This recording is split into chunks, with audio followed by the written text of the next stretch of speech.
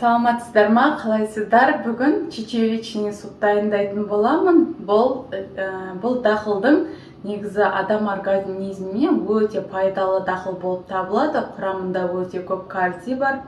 Сондықтан аптасына бір рет жасап тұрған жақсы болады.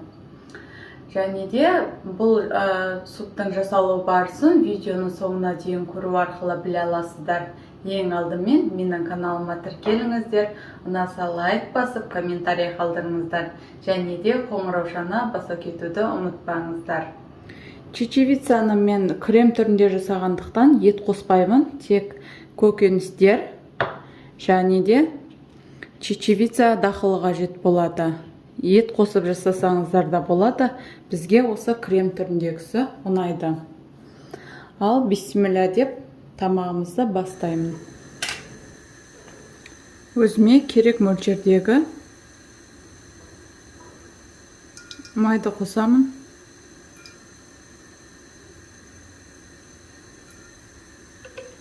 Қызған майдың үстіне чеснок пен жуаны турап қосамын.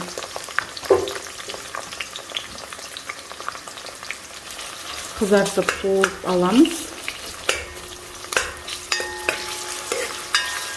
Пиязымыз жақсылап қуырылды. Енді үстіне мен томаттарды осылай қатырып қоямын. Менің каналымда бар, кіріп көрсеңіздер болады. Ешқандай бұзылмайды. Соның 2 кусогын қосамын. Және де сәбіз қосамын. Бұлайша уақытта томат дейтін көп қолданбағандықтан менде тез бұзылып кетеді. Сырап болмасын деп осылай қолданамын. Міне ешқандай да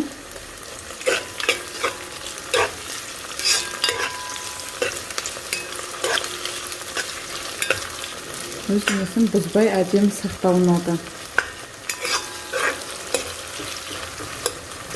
Жақсылап қуырылған сәбіздің үстіне картошканы саламын. Бұны да қуырып аламын картошканы да.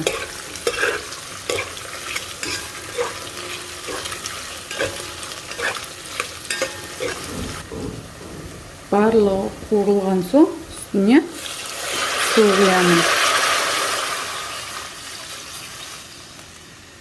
Негізі бұл тағам өте тез уақыт аралықта дайын болады. Дәмі де, пайдасы да өте көп тағам. Сондықтан аптасына бір рет жасап тұрсаңыздар жақсы болады.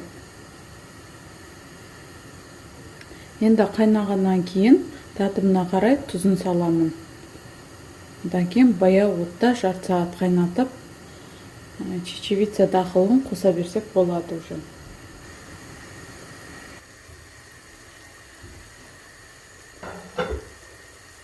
Тамақ қайнады. Енді үстіне тұз қосамын.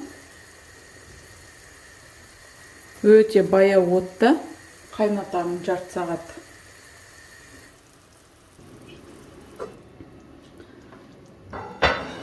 Жақсылап қайнаған сорпаның үстіне жуып тазаланған чечевица дәнін қосамыз.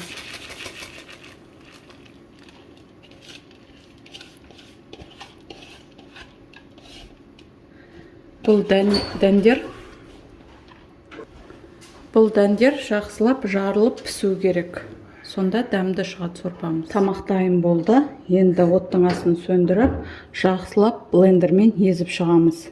Блендермен езу міндетті емес, мен крем түрінде жасап жатырмын. Сондықтан блендермен езіп аламын. Міне тамағымыз дайын болды. Енді отбасымызға ұсына берсек болады.